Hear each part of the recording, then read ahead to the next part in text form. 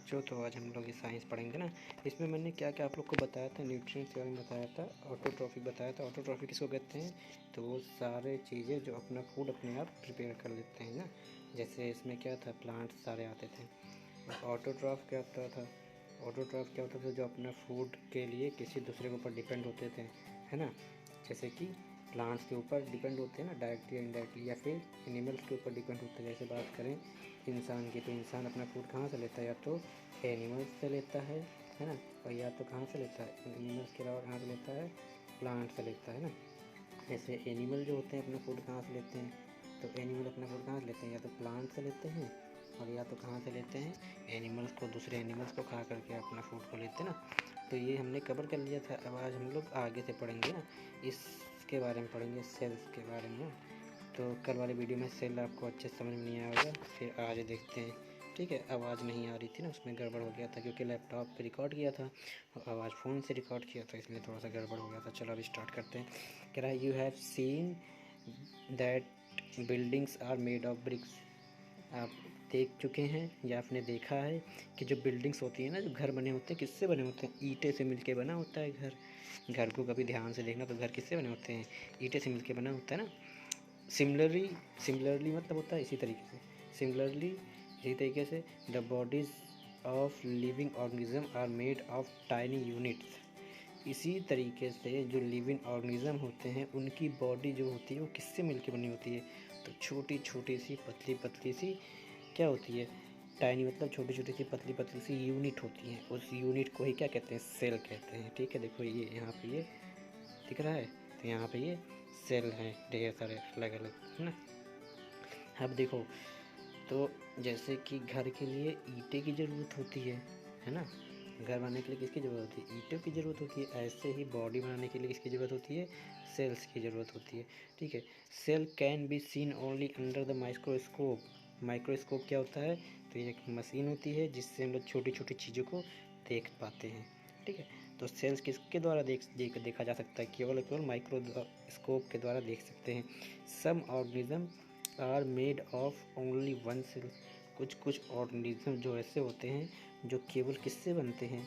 एक ही सेल से मिलके बने होते हैं। उनके अंदर केवल और केवल एक सेल होते हैं, है ना। क्योंकि उनकी जो लाइफ होती है, उनकी लाइफ में काम भी ज़्यादा कुछ खास रहता नहीं है, इसीलिए वो एक सेल से मिलके बने होते हैं। लेकिन अगर हम लोग बात करें इंसान की, तो इंसान देखो बहुत सारे काम करता है ना। इंसान पढ़ाई भी करता है, इंसान के बाल भी होते हैं, है ना। इंसान बड़ा भी होता है, हड्डियाँ भी होती हैं। तो इंसान तो बहुत से काम करने होते हैं, इसीलिए इंसान कैसे होता है? मल्टी सेल्स के मिलके बना होता है। फिर क्या कह रहा है कि this cells is enclosed by a thin outer boundary. ये जो सेल्स होती है, ये पतली सी आउटर बाउंड्री से क्या होती है? बंद होती है। कॉल्ड सेल्स मेम्ब्रेन्स, जिसको क्या बोलते हैं? सेल्स मेम्ब्रेन्स बोलते हैं। तो ये आपको ध्यान से अगर आप लोग यहाँ पे देखेंगे, देखिए इससे ज़्यादा बड़ा होगा ही नहीं ये। चलो कोई बात नहीं। तो अगर इसको ध्यान से देखेंगे तो ये जो ये चारों तरफ का दिख रहा है ना, ब्लैक कलर का, किस कलर का? यहाँ ध्यान से देखिए, ब्लैक कलर का ये चारों तरफ इसका दिख रहा है, ये लेयर, है ना। तो ये जो सेल्स के चारों तरफ जो लेयर है, इसी को क्या कहते हैं? सेल्स मेम्ब्रेन्स बोलते हैं, ठीक है। Most cells have a distinct centrally located. ज़्यादातर जो सेल्स होते हैं, है ना, वो ठीक है, वो क्या होते हैं? ज़्यादातर सेल क्या होता है? डिस्टिंक्ट मतलब होता है अलग अलग, सेंट्री लोकेटेड मतलब बीच में होते हैं। तो ज़्यादातर सेल्स क्या होते हैं? अलग अलग होते हैं और बीच में ही कैसे होते हैं? रहते हैं। कैसे रहते हैं? Spherical structure. तो सेल्स क्या होते हैं? अलग अलग रहते हैं, ठीक है। और उसके बीच में क्या होता है? स्फेरिकल स्ट्रक्चर होता है, यानी गोल सा स्ट्रक्चर होता है। देखो दिख रहा है ना, गोल सा स्ट्रक्चर सेल के बीच में। इसको क्या बोलते हैं? न्यूक्लियस बोलते हैं। न्यूक्लियस क्या होता है? ठीक है, से कह सकते हो कि सेल का क्या होता है? सेंटर होता है, ठीक। कि सेल का जो सबसे बीच वाला हिस्सा होता है उसको क्या बोलते हैं? न्यूक्लियस बोलते हैं, ठीक है। बीच वाला हिस्सा दिख रहा है ना सभी को। इसके बाद में फिगर 1.1 में दिख रहा है, the nucleus is surrounded by A jelly. Nucleus के अंदर क्या होता है? न्यूक्लियस के अंदर नहीं, न्यूक्लियस के चारों ओर, सराउंडेड मतलब होता है चारों। न्यूक्लियस के चारों ओर क्या होता है? एक जेली होती है। जेली सब्सटेंस होता है ना, जेली के देखिए सब्सटेंस होता है, पदार्थ होता है, जिसको कहते हैं कॉल्ड साइकोप्लाज्म ना। तो साइटोप्लाज्म क्या होता है, इस जेली के, इसको अगर और बड़े में कर सकते हैं तो इसको और बड़े में हो जाता तो अच्छा रहता, कोई बात नहीं। इसके जो अंदर ये जो भरा हुआ दिख रहा है ना आपको, इसी को क्या बोलते हैं, साइटोप्लाज्म बोलते हैं। ठीक है, अब आगे देखते हैं आगे क्या हो रहा है। ठीक, तो कह रहा है लीव्स यानी जो पत्तियाँ होती हैं, है ना, लीव्स क्या करती हैं, कार्बन डाइऑक्साइड, यानी कि अभी इसके पहले क्या आपने पढ़ा था कि जो लीव्स होती हैं क्या करती हैं, कार्बन डाइऑक्साइड को ले लेती हैं, कहाँ से ले लेती हैं, फ्रॉम द एयर, है ना, is taken through the tiny process, नहीं टाइनी पोर्स। तो जो पत्तियाँ होती हैं वो उनके अंदर जो छोटे छोटे से छेद होते हैं ना, उसके द्वारा क्या करती हैं, ऑक्सीजन, सॉरी, कार्बन डाइऑक्साइड को एयर से ले लेती हैं। किसको लेती हैं, कार्बन डाइऑक्साइड को हवा से ले लेती हैं। और कार्बन डाइऑक्साइड क्या होता है, तो जो हम लोग सांस छोड़ते हैं ना, जब एक बार सांस लेते हैं, एक बार सांस को बाहर निकालते हैं, तो जो बाहर निकालते हैं हवा ना, बाहर क्यों निकालते हैं, उसी को कहते हैं कार्बन डाइऑक्साइड। उसको लिखते हैं CO2, ऐसे लिखा जाता है। ठीक है, कार्बन डाइऑक्साइड को। अब क्या हो रहा है कि तो पत्तियाँ जो होती हैं ना, पत्तियों के अंदर छोटे छोटे से छेद होते हैं ना, उसी छेद को क्या कहते हैं, पोर्स बोलते हैं। ठीक है, पत्तियों के सरफेस पे, सरफेस क्या होता है, सरफेस मतलब होता है उसका सतह, पत्तियों की सतह पे छोटे छोटे छेद होते हैं। These pores are surrounded by a guard cells. ये छेद जो हैं किसके द्वारा घिरे हुए थे, चारों तरफ से गार्ड सेल्स लगे होते हैं। अभी सेल्स के बारे में मैंने बता ही दिया, छोटी छोटी रहती थी, तो गार्ड सेल्स ऐसे घेरे हुए रहती हैं। जैसे कि अब ध्यान से देखो, जैसे मान लो कि एक पत्ती है, ठीक है, पहले तो इसको हम रेस कर देते हैं जल्दी से। ठीक है, अब देखिए जैसे मैंने एक पत्ती बनाया, क्या बनाया, तो एक पत्ती बनाया और पत्ती के अंदर एक छेद बना देते हैं। तो देखो, जैसे कि देखो, जैसे पत्ती है, पत्ती के अंदर ऐसे ऐसे छेद होते हैं, ऐसे ऐसे ऐसे ऐसे, जिसको पोर्स बोलते हैं। क्या बोलते हैं, पोर्स। पत्तियों के सतह पे ऐसे ऐसे छेद होता है, वही छेद से पत्तियाँ क्या करती है, कार्बन डाइऑक्साइड को लेती हैं हवा से। लेकिन इसके चारों तरफ गार्ड सेल्स होते हैं, ऐसे चारों तरफ क्या होते हैं, गार्ड सेल्स होते हैं। ठीक है, इनको गार्ड सेल्स क्यों बोलते हैं, क्योंकि ये क्या काम करते हैं, जब इनको हवा चाहिए होती गार्ड पत्तियों को, तो हवा इन लोग ले लेती हैं। लेकिन जैसे ही हवा लेती हैं वैसे ही क्या करते हैं, ये दोनों आपस में गार्ड सेल बराबर बीच में आ जाते हैं, और ये जो इसके छेद है ना, इसको बंद कर देते हैं। ठीक है, तो गार्ड सेल का काम क्या है कि पोर्स को ओपन करना और पोर्स को बंद करना। ठीक, और ये क्यों होता है तो अभी हम आगे बताएंगे ऐसा क्यों होता है। ठीक है, फिर क्या हो रहा है, Boojho wants to know how water and minerals observe by the root reach to leaves. Boojho क्या जानना चाहता है कि जो पेड़ की जड़ होती हैं, तो जो पेड़ की जड़ जो पानी को जो ऑब्जर्व करते हैं उसको पत्ती तक कैसे पहुंचा देते हैं, है ना, पानी हो गया, मिनरल्स हो गया। ठीक है, water and minerals are transported to the leaves by the vessels which run like pipe throughout the root. पानी और मिनरल्स कैसे ट्रांसपोर्ट होते हैं, ट्रांसपोर्ट मतलब होता है पहुँचते हैं, कैसे पहुँचते हैं, वेसल्स के द्वारा। ठीक है, क्या होता है वेसल्स, जो वेसल्स क्या होता है, पाइप के जैसा होता है, और थ्रू आउट मतलब होता है जड़ से लेके पूरे पेड़ में वो बिखरा हुआ रहता है। ठीक है, तो जड़ से लेके पत्ती तक पहुँचता है। ठीक है, थ्रू आउट द रूट, और फिर आगे क्या है, द स्टेम, स्टेम मतलब होता है तना, ब्रांचेस मतलब उसकी शाखाएं, एंड पत्ती, लीव्स। तो ये जो वेसल्स होते हैं ये पूरे फैले हुए होते हैं पेड़ में, जड़ से लेकर के, पेड़ के जड़ से लेकर के, और उसके ये तना से लेकर के, शाखाओं से लेकर के पत्ती तक, पूरे ब्रांचेस में वेसल्स ये क्या होते हैं, फैले हुए होते हैं। यही वेसल्स क्या काम करते हैं, मिनरल्स को और पानी को पूरा पहुंचाना पत्तियों तक या पूरे पेड़ में पहुंचाना। ठीक है, दे फॉर्म, वे होते हैं, किस तरीके के होते हैं, फॉर्म मतलब उस तरीके से लगते हैं, किस तरीके से रहते हैं, एक कंटिन्यूस पाथ और पैसेज। पैसेज देखो मैंने इंग्लिश वाले चैप्टर में बताया था ना, पैसेज मतलब क्या होता है, पैसेज मतलब क्या होता है, पतला पतला रास्ता, पाइप के जैसा, नाली के जैसा रास्ता, है ना। तो ये कंटिन्यूसली इनके अंदर पतला पतला सा रास्ता होता है, जिसके द्वारा क्या होता है, न्यूट्रिएंट जो होते हैं पत्ती तक पहुंच जाते हैं, लीफ तक पहुंच जाते हैं, क्योंकि पत्तियों में ही फूड बनता है। You will learn about transport of minerals in plant chapter 11। आप चैप्टर 11 में पढ़ेंगे कि जो प्लांट्स होता है उसमें ट्रांसपोर्टेशन कैसे काम करता है। ठीक, the leaves have a green pigment. पत्तियों के पास में एक हरा कलर का क्या होता है, पिगमेंट होता है। पिगमेंट क्या होता है जी? पिगमेंट मतलब होता है एक ऐसी चीज़ जो कलर के काम आए, किसी काम आए, रंगने के काम आए, ठीक है। जैसे आप कहेंगे पेंट, तो पेंट भी एक तरीके के पिगमेंट ही है, ठीक है। तो पत्तियों के अंदर एक हरे कलर का पिगमेंट होता है कॉल्ड क्लोरोफिल, जिसको क्या कहते हैं? क्लोरोफिल कहते हैं। अब ध्यान से समझो, जब इसमें कही रहा है कि ग्रीन कलर का पिगमेंट है और ये कलर करने का काम आता है, इसका मतलब क्या हुआ? इसका मतलब ये हुआ कि जो क्लोरोफिल है ना, उसी की वजह से पेड़ पौधे हरे होते हैं। तो ये क्वेश्चन तुमको पूछा जाएगा ना कि पेड़ पौधे में कौन सा ऐसा चीज़ होता है जिसके वजह से पेड़ पौधे कैसे होते हैं? ग्रीन कलर के होते हैं, ठीक। अब फिर आते हैं हम लोग अपनी बुक पे, ठीक है। फिर तो ये क्लोरोफिल क्या काम करता है? तो ये कह रहा है इट हेल्प्स, ये क्या करता है? हेल्प करता है leaves to capture the energy of the sun light.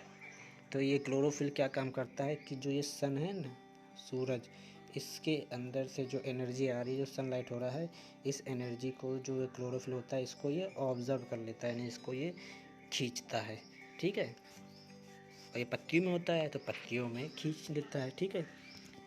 फिर क्या होता है? This energy is use to synthesize, यानी सिंथेसाइज मतलब होता है प्रिपेयर करना। तो यही एनर्जी जो होती है, सन वाली जो एनर्जी होती है ना, सन की एनर्जी कभी ध्यान से देखा आपने कैसे होती है? तो उसमें गर्मी होती है, हीट होती है ना। धूप में बैठो क्या जाएगा तो तुमको गर्मी लगने लगेगी। तो वही जो सन वाली एनर्जी होती है उसको क्या करता है? सिंथेसाइज करता है, यानी यूज़ करता है प्रिपेयर करने के लिए। क्या प्रिपेयर करने के लिए?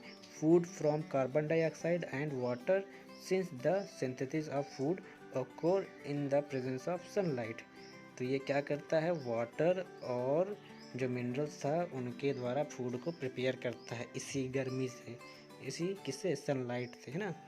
और इस तरीके से जो सनलाइट के प्रेजेंस में ये सारी चीज़ें क्या होती हैं? कंप्लीट होती है।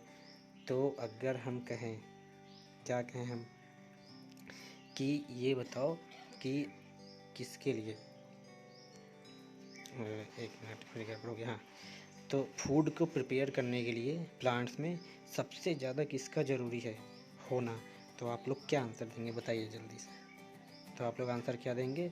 फूड में, ठीक है, सॉरी, प्लांट्स में फूड के प्रिपरेशन के लिए सबसे ज़्यादा किसका होना ज़रूरी है? तो सबसे ज़्यादा ज़रूरी है होना किसका? सनलाइट का, ठीक है। फिर आगे चलते हैं। तो क्या हो रहा है? So we find that chlorophyll, sunlight, carbon dioxide and water are necessary to carry out the process of photosynthesis। Photosynthesis मतलब समझ में आया क्या? तो फोटोसिंथेसिस मतलब होता है कि सन की लाइट में फूड का प्रिपेयर होना। तो फोटोसिंथेसिस का डिफिनेशन क्या लिखेंगे? Preparation of food in plant, है ना, विथ सनलाइट, इसको क्या कहते हैं? फोटोसिंथेसिस कहते हैं। तो कह रहा है फोटोसिंथेसिस के लिए क्या क्या ज़रूरी है? नेसेसरी मतलब होता है आवश्यक होता है। क्या क्या ज़रूरी होता है? क्या क्या ज़रूरी होता है? सनलाइट होता है, कार्बन डाइऑक्साइड होता है और वाटर होता है ना। इन सभी के द्वारा क्या हो सकता है? इन सभी के द्वारा फूड प्रिपेयर होता है, ठीक, प्लांट्स। फिर आगे कह रहा है it is unique process on the earth. ये अलग तरह का ही एक क्या है? प्रोसेस है। कहाँ पे? अर्थ पे, ठीक है।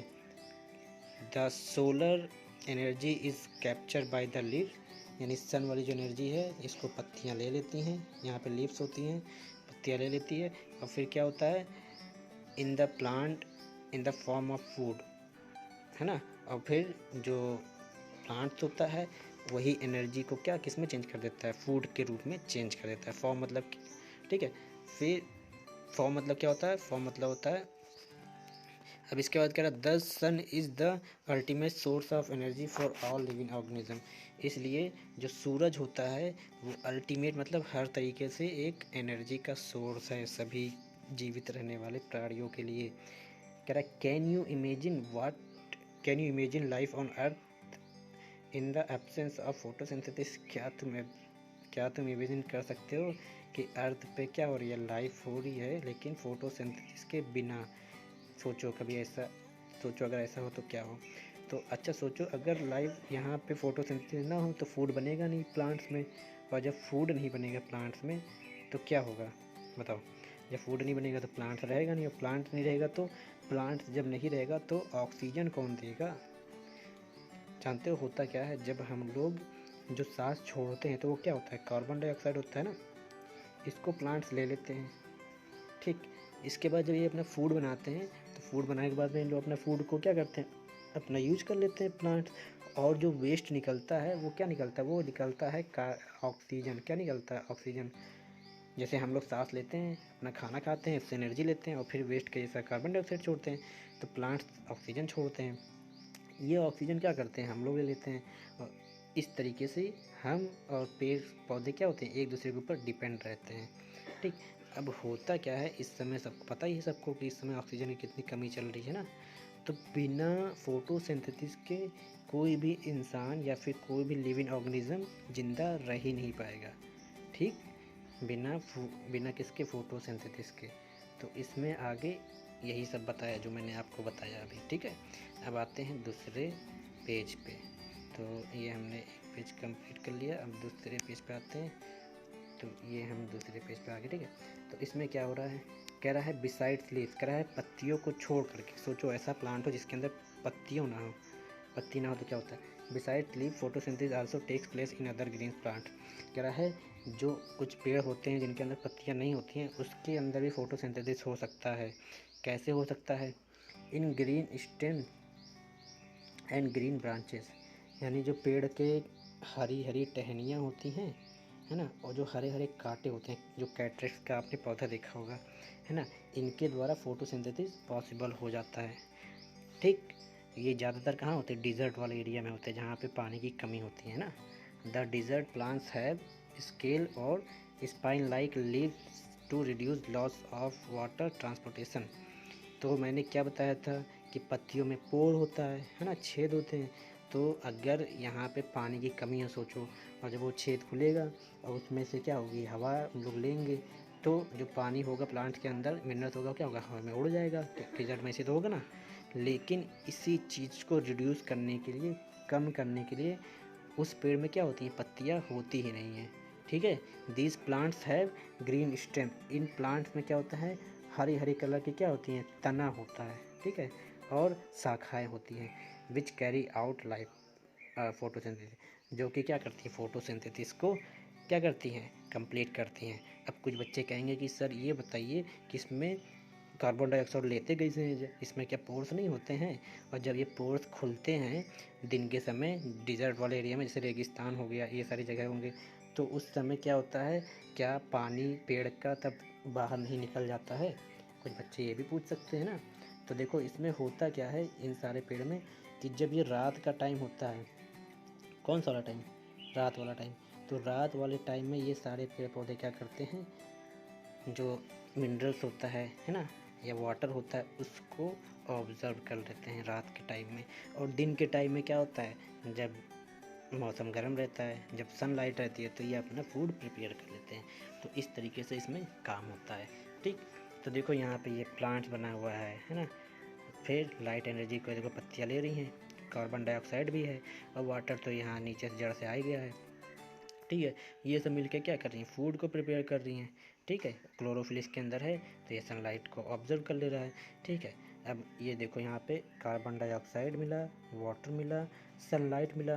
सनलाइट किसके साथ, क्लोरोफिल के साथ, तो क्या बन रहा है, कार्बोहाइड्रेट। और आपने पिछले वाले चैप्टर में क्या पढ़ा था, सॉरी पिछले वाली क्लास में क्या पढ़ा था, कि कार्बोहाइड्रेट क्या होता है, एनर्जी गिविंग फूड होता है ना। तो कार्बोहाइड्रेट जब बन गया तो इनको एनर्जी मिल जाएगी। और वेस्ट के जैसे क्या बन रहा है, ऑक्सीजन बन रहा है। ऑक्सीजन किसके लिए ज़रूरी है, ऑक्सीजन हमारे लिए ज़रूरी है, हम लोग ऑक्सीजन ले लेते हैं, और उसके बदले हम लोग पेड़ पौधों को क्या देते हैं, तो उन लोग को क्या देते हैं, कार्बन डाइऑक्साइड दे देते हैं। इस तरीके से ये सारी चीज़ें चलती रहती हैं। अब इसको कंप्लीट करते हैं। कह रहा है if all living organism is produce during photosynthesis, in the absence of photosynthesis life would be impossible on earth. वही कह रहा है कि अगर फोटोसिंथेसिस ना हो अर्थ पे तो क्या होगा, कोई लिविंग ऑर्गेनिज्म सर्वाइव नहीं कर पाएगा, सब मर जाएंगे। ठीक है, कह रहा है during photosynthesis chlorophyll containing cells of leaves. कह रहा है फोटोसिंथेसिस के समय, यानी कि जब क्या होता है, फूड प्रिपेयर होता है पेड़ पौधे में, तो क्या होता है, chlorophyll containing cells of leave, तो जो क्लोरोफिल्स होता है, ठीक है, वो किसको रखता है अपने अंदर, तो पत्तियों के सेल्स को रखता है। क्लोरोफिल के अंदर क्या होती हैं, पत्तियों की सेल्स होती हैं, ठीक है। और इस तरीके से जो ये सेल्स होता है, इसी के अंदर फूड प्रिपेयर हो जाता है। फिगर 1.2 में दिखाया गया था सेल्स के, है ना। तो in the presence of sunlight use carbon dioxide and water to synthesize carbon dioxide, ठीक, कार्बोहाइड्रेट। तो इस तरीके से कार्बन डाइऑक्साइड और वाटर को मिला करके क्या बन जाता है, कार्बोहाइड्रेट बन जाता है। फिगर 1.3 में दिखाया गया है, ठीक। The process can be represent and as an equation, इस इक्वेशन के द्वारा प्रोसेस को दिखाया गया है, ठीक है, कैसे क्या होता है। अब देखो यहाँ पे कुछ चीज़ें समझाएगी, इसको अच्छे से समझो। ये देखो, ये क्लोरोफिल है, दिख रहा है, ग्रीन कलर का सब्सटेंस है, ठीक है, पिगमेंट है, सॉरी, ठीक। और इसके अंदर क्या है, इसके अंदर सेल्स है, क्या है, सेल्स है, ठीक। और सेल्स को बताया था मैंने ना कि सेल्स क्या होते हैं, सेल्स के अंदर छोटे छोटे छेद होते हैं। तो क्या हो गया, सेल्स के अंदर कार्बन डाइऑक्साइड आ गया, एयर भी है ऑलरेडी, मिनरल्स भी हैं। अब ये क्लोरोफिल क्या करता है, सनलाइट को ले लेता है और सारी चीज़ें मिलकर क्या होते हैं, फूड प्रिपेयर हो जाता है। तो सबसे ज़्यादा ज़रूरी जो स्टार्टिंग में मैंने पढ़ा था कि जो फूड फैक्ट्री होती है किसको कहते हैं, पत्तियों को कहते हैं ना। तो क्यों कहते हैं, इसीलिए कहते हैं, ठीक। अब देखो यहाँ पे गार्ड सेल्स के बारे में अच्छे से बताया गया है, दिख रहा है। तो गार्ड सेल्स में क्या होता है कि पहले तो ये क्या होता है कि इसमें जब हम लोग को, इसमें जो पत्तियाँ जो होती हैं जब एयर को ले लेती हैं, कार्बन डाइऑक्साइड को ले लेती हैं, तो गार्ड सेल्स क्या करता है, इसको ऐसे ओपन कर देता है, ठीक है। यहाँ देखो लिखा है स्टोमेटल ओपनिंग, है ना। स्टोमेटा से ही क्या होता है, सारी चीज़ें होती हैं। और जब ये एयर को यानी कार्बन डाइऑक्साइड को पेड़ पौधे ऑब्जर्व कर लेते हैं, तो गार्ड सेल क्या करते हैं, इसको बंद कर देते हैं, ठीक। ये सारी चीज़ें कैसे होती है, पत्तियों में होती हैं, और ऐसे ढेर सारे सेल्स होते हैं, समझ में आया। अब क्या हो रहा है, ड्यूरिंग द प्रोसेस, यानी कि किस समय, during process oxygen is release, इस समय क्या होती है, जब फूड प्रिपेयर होता है तो क्या होता है, ऑक्सीजन निकलता है, ठीक है।